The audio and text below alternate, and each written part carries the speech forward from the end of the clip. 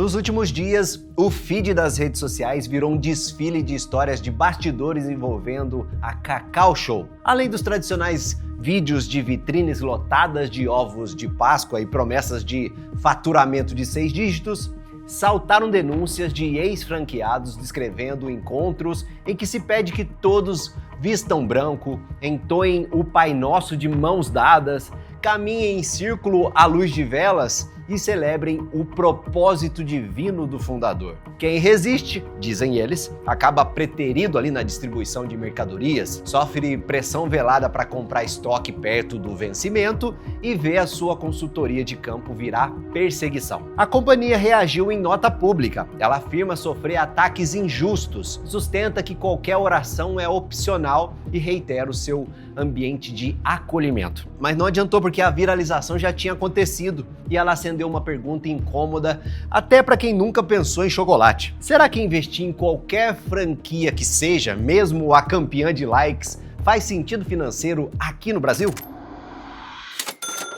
Fala, meu amigo Gerudo, bom demais da conta. Antes de começar, já manda brava aqui nos comentários. Você abriria uma franquia aqui no Brasil? Você acha que vale a pena? O debate da Cacau Show mexeu com o mercado porque ela não é uma rede qualquer. Com mais de 4 mil pontos de venda espalhados por 27 estados, ela ostenta a medalha de maior franqueadora do país em unidades operacionais à frente de O Boticário e até do McDonald's. É difícil uma cidade que não tem Cacau Show. Exatamente, várias, né? É. Relatórios internos obtidos por jornalistas indicam que a receita projetada de 6,5 bilhões em 2024, quase 30% acima dos 5,1 bilhões de 2023, faz parte de um painel que inclui hotel fazenda temático, parque de diversões próprio e até produção vertical de cacau para segurar as margens. Antes de abrir a carteira, tamanha musculatura sugere segurança para o investidor. Já alguns franqueados se sentem presos num ritual corporativo,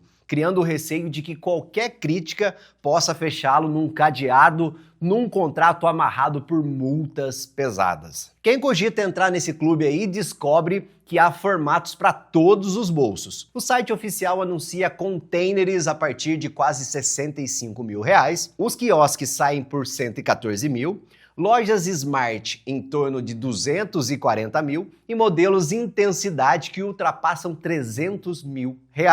Esses valores incluem taxa de franquia, ambientação mínima e primeiro estoque. Ficam de fora capital de giro e, eventualmente, uma reforma adicional exigida pelo shopping e eventuais luvas do ponto. Sobre o faturamento, incidem 2 pentes finos. Primeiro, a chamada taxa de compra, cobrada como um royalty implícito que estima-se por aí que seja 50% sobre o valor de cada pedido de mercadoria ao centro de distribuição. E depois tem também a contribuição compulsória para propaganda nacional. E a crítica aqui é de aumentos inesperados, de falta de transparência, até porque, Brunão, quem que é o garoto propaganda da marca? É o próprio dono. É o chefe, né?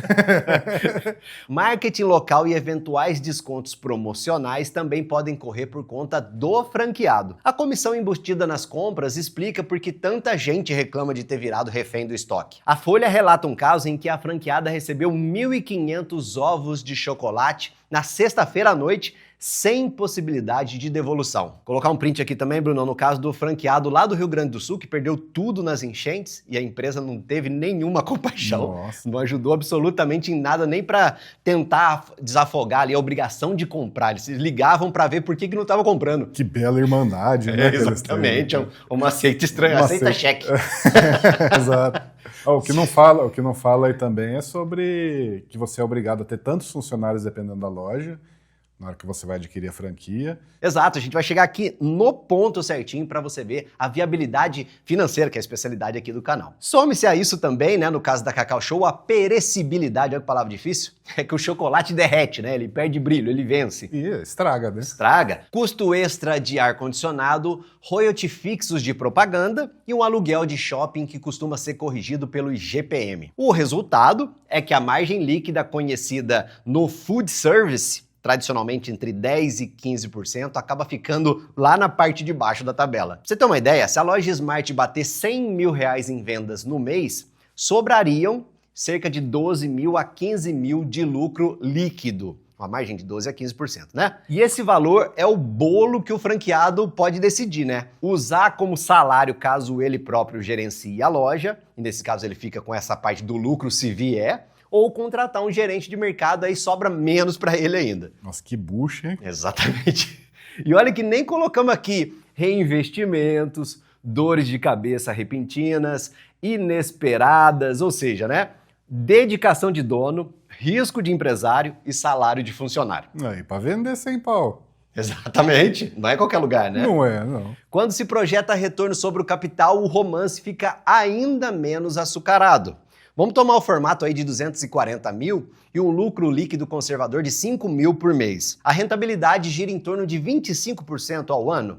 E o payback, né, quando você vai amortizar tudo isso, escorrega para algo de pelo menos 4 anos, já sem qualquer folga para imprevistos. 4 anos é mais ou menos a média que as empresas quebram, né? Exatamente. A gente vai falar para você daqui a pouco da taxa de sobrevivência das franquias comparado com os outros negócios convencionais. Boa. E olha que nessa conta aqui a gente nem está considerando o custo de oportunidade, né? Até porque num CDB hoje que pague 110% do CDI, está entregando para você hoje mais de 13% ao ano com liquidez diária e cobertura de até 250 mil pelo FGC. Ou seja, o franqueado precisa tirar praticamente o dobro do CDI líquido no negócio cheio de variáveis que ele não controla, sabe? Como inflação, ruptura de insumos, aumento na commodity do cacau, que inclusive pode levar até a famigerada e contestada taxa do cacau que seria cobrada pela empresa e os franqueados estão reclamando. Ou a simples troca de gerente na praça do shopping.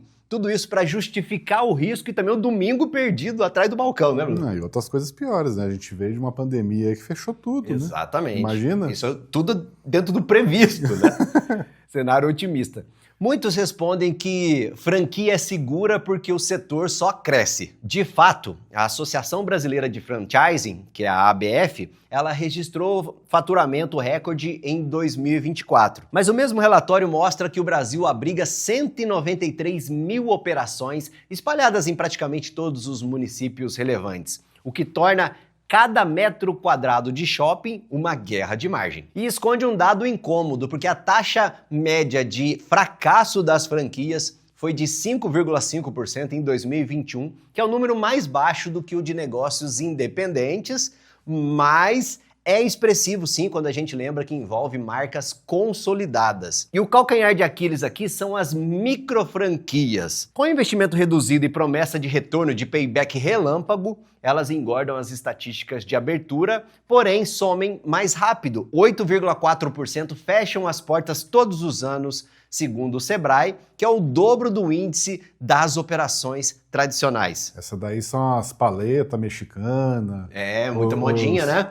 É chá de bolinha. Agora pistache, tudo de pistache. Pistache, chá de bolinha. E boa parte sobrevive apenas porque é revendida. Tem isso, né, Bruno? É. Às vezes não quebrou, só foi revendida, mas revendida a preço de banana para um candidato novo. O equivalente a passar o problema para o próximo. E nem o pedigree global livra uma empreitada de franquia de turbulência não, tá? Porque a operadora brasileira da Starbucks, a South Rock, entrou em recuperação judicial em 2023 com uma dívida declarada de 1,8 bilhão. Desde então, cerca de 40 lojas foram fechadas. O programa de fidelidade Rewards foi extinto e o licenciamento da marca virou peça judicial. Se uma rede ícone da cultura pop pode ver o seu operador local naufragar, imagina as agruras aí de quem depende de um fluxo sazonal de ovos de chocolate e bombons para pagar aluguel. São poucos os feriados aí, comemorativos que vende muito. E pagar aluguel premium de shopping ainda. Então. No outro extremo estão as franquias champanhe, sabe o que é isso? Não? É o caso do McDonald's. Ah, esse aí não paga aluguel. Paga por McDonald's. Paga por, se for loja. Você vai ver, não vamos lá. Ó. O pretendente precisa desembolsar entre 2,6 milhões no Mac e 4,5 milhões de reais. Arcar com 5% de royalties sobre o bruto, hein? 4% para publicidade e em muitos pontos pagar aluguel variável à própria master franqueadora. Tem que vender muito McLanche feliz.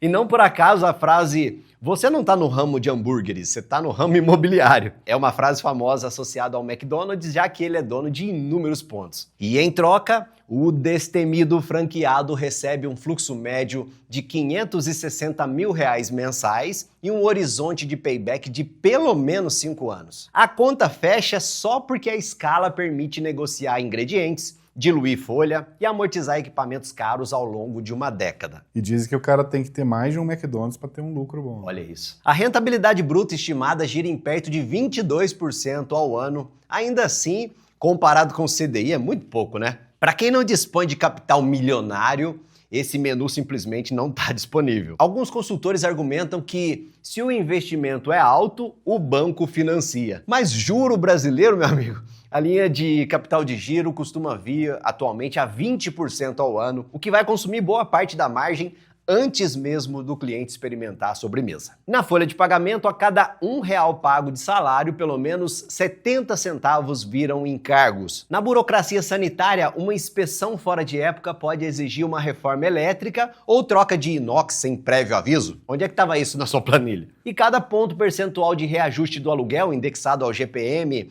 ou ao IPCA, corrói o lucro, mas o franqueado segue obrigado a comprar o mesmo volume mínimo de produtos para atingir as metas. A ideia de retorno em 12 meses, que é tão usada aí em anúncios de micro franquias, raramente se confirma na prática. Levantamentos da Exame com 80 redes de alimentação mostra prazos médios de 24 a 36 meses, mesmo para investimentos abaixo de R$250 mil, e de 36 a 60 meses para operações acima desse patamar. Sempre contando o melhor cenário de faturamento, sem pandemia, como o Brunão falou, obras, reformas, enfim, tudo quanto é imprevisto. Quem não atingir a curva de venda prevista no DRE vai ter que colocar dinheiro novo ou aceitar repassar o negócio com deságio. Mas se tem tantos obstáculos por aí, por que será que a fila de interessados ainda está muito grande? Eu já desisti de ter franquia no começo do vídeo. Já.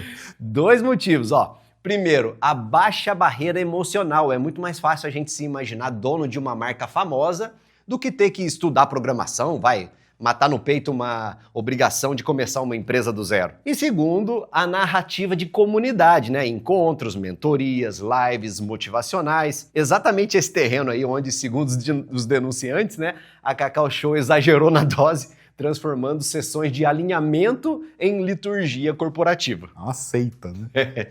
Quando o ritual funciona, ele alimenta assim aquele senso de pertencimento, né? Mas quando ele vira obrigação, cria o sentimento de seita que hoje explode nas redes. A conta final, portanto, é menos sobre chocolate e mais sobre risco-retorno. Se R$240 mil aplicados num CDB que paga 110% do CDI, com o CDI hoje a 14,65% ao ano, vão render sem esforço pouco mais de 33 mil líquidos por ano, né, que é 16,1 bruto, menos 15% de IR, haja matemática, hein? Para quem tá abrindo uma franquia, precisaria colocar no seu bolso algo perto de R$65 mil anuais, já descontado pro Labore, só para empatar em risco ajustado. Só compensa para quem realmente quer comprar um emprego, né, gosta de rotina comercial, aceita trabalhar em todos os feriados de venda forte e confia que os planos de marketing da franqueadora, e não orações à luz de velas, bastarão para atrair o fluxo que paga as contas. E é por isso que muitos consultores resumem, né? Franquia é ótima para quem quer empreender com manual, mas péssima para quem sonha com renda passiva. Antes de você assinar a circular de oferta, liga para outros franqueados que operam há pelo menos 2 anos,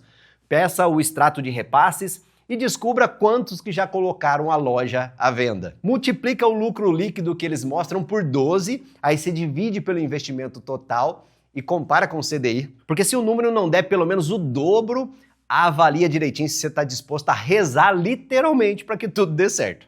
A franquia é muito mais arriscada do que você pôr o dinheiro no CDI, né? Vamos falar daqui a pouquinho disso.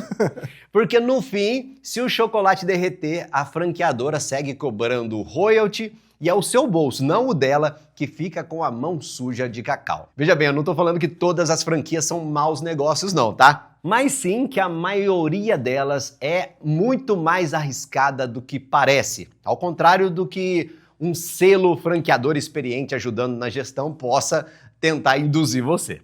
Parece uma loteria, né? Se der certo, o McDonald's que você franqueou deu certo, com certeza você vai ficar rico.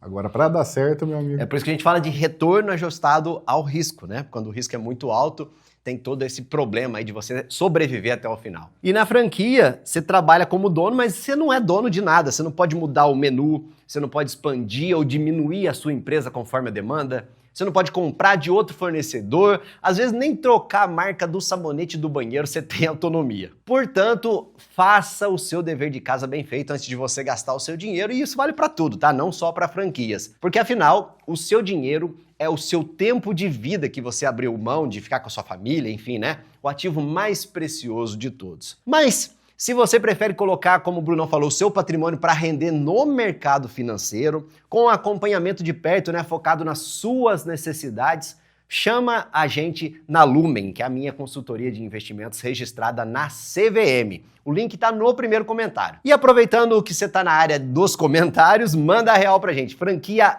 é para você? Qual delas você abriria? E manda também a palavra-chave que o Brunão vai mostrar aqui para provar que você ficou até o final. Franquia é loteria? Franquia é loteria. Pô, gostei dessa. E se você é inscrito aqui no nosso canal, te vejo no próximo vídeo. Valeu, tudo de bom?